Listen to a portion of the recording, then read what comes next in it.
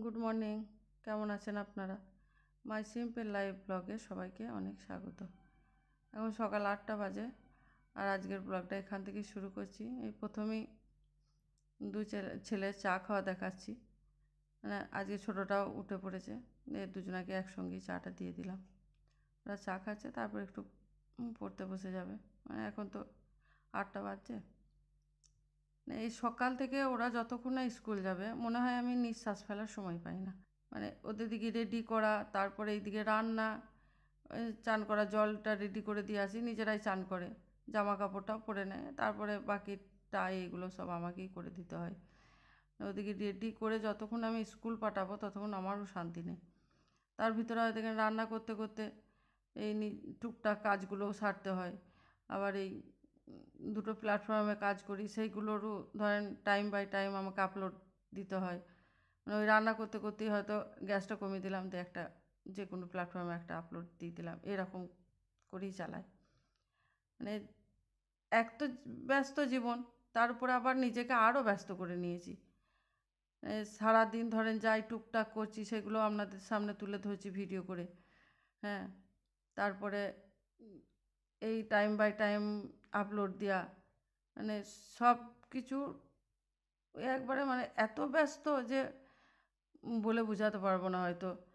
মানে যারা ফেসবুকে আর কি ইউটিউবে কাজ করেন তারাই বুঝবেন যে সংসার চালানোর পর এইসব করা কতটা কষ্ট হয়। হ্যাঁ, এই সব করে রাত্রে যখন আমি এডিটিং আর ভয়েস দিই তখন প্রায় আমার রাত 1টা-1:30টা বেজে যায়। তারপরে আবার সকাল 6টায় ওঠা, মানে বুঝতেই পারছেন কী অবস্থাটা হয়। মানে ঘুমানোরও সময় পাই না আমি। হয়তো বিকালে যদি একটু ঘুমাবো, এখন স্কুল চলছে বলে ম্যাম বিকালে পড়াতে আসে, এবার ছেলেরা পড়বে আর আমি ঘুমাবো, সেইটাও হয় না। হ্যাঁ, শুয়ে থাকি কিন্তু জেগে থাকি। তার ভিতরে ধরেন টাইম নামাজটাও আছে, নামাজটাও পড়তে হয়। এমনি করেই মানে সারাদিন চলে যায়। ওর ভেতরে হয়তো একটু শুয়ে শুয়ে মোবাইল দেখি, মানে কোনো সময় হয়তো কাউরির কিছু দেখলাম, কি নিজেকেও হয়তো একটু করার জন্য সিরিয়াল আরে দেখলাম, এরকম করেও দিনটা চালিয়ে দিই। মানে সারা দিন এমনি ব্যস্ত, আরও ব্যস্ত নিজে ডেকে নিয়ে এসেছি, দিয়ে এখন আর মনে হয় নিঃশ্বাস ফেলারও সময় পাচ্ছি না আমি। মানে একবার বসতে তো সময়ই পাই না। সমানে এই ধরেন সকাল থেকে এখন এই 12:30-1টা পর্যন্ত চলবে, তারপরে চানটা করে হয়তো নামাজটা পড়ে 2-5 মিনিট অপেক্ষা হয়। তা করতে করতে ছোটো বেটা চলে এলো, তাকে খেতে দেওয়া। আবার সে যদি স্কুলে যায় নিজের হাতে আর এসে ভাত খাবে না, তাকে খাওয়াবো তবে আমি নিজে খাবো।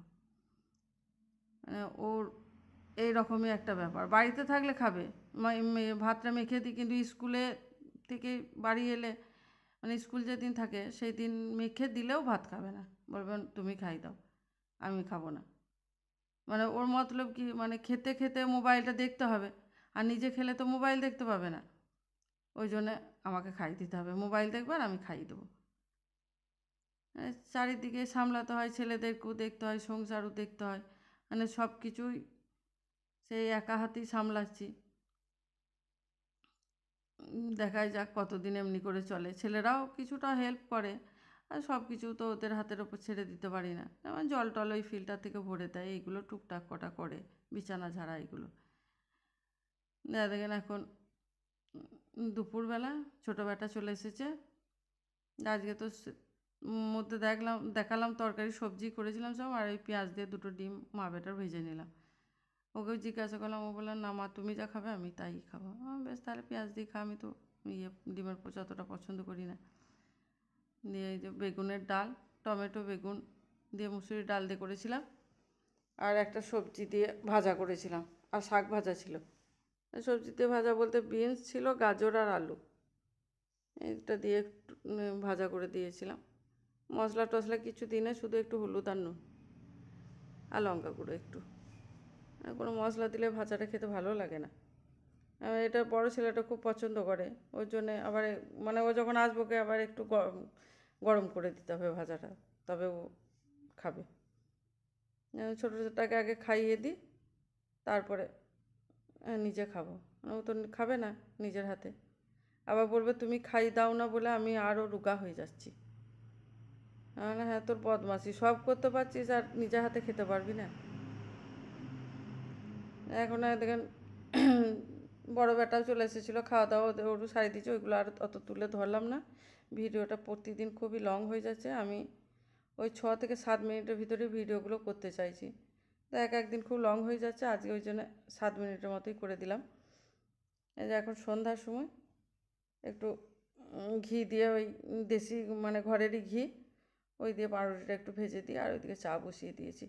বাটার ছিল, বাটারটা সে ফ্রিজে রাখা আছে, শক্ত হয়ে আছে। আর ওরা বাটার দিয়ে খেলেও মানে বাটার দিয়ে সেঁকে দিতে হবে, মানে কাঁচা বাটার, ধরেন পাউরুটিটা সেঁকা পর বাটারটা লাগিয়ে ওরা খায় না, দুজনাই খায় না। ওর পাপা আর আমি খাই, কিন্তু আমার দুটো ছেলেই ওই পাউরুটিতে বাটার লাগিয়ে খাবে না, মানে বাটার দিয়ে পাউরুটিটা সেঁকে দিতে হবে। দিয়ে তাই করে দিলাম বলতে বাটারটা দিলাম না, সে বাটার ভাজলেও সে ঘি হয়ে যাবে, ওই জন্যে ঘরের ঘি ওইটা দিয়ে পাউরুটিগুলো ভেজে দিলাম। এই যা নিজের চা নিয়ে নিলাম, আর ওদের চাটা একটু ঠান্ডা করে নেবো, হয়তো অত গরম চা খেতে পারবে না, সে বসেই থাকবে। আর আমি পড়ানোর জন্য তাড়াতাড়ি করছি, মানে সামনে এক্সাম আছে, তো যদি 7টা থেকে বসাতে পারি আমি 2 ঘন্টা ভালো দেখতে পারবো, 9টা পর্যন্ত। 9টা পর্যন্ত পর আর হয় না,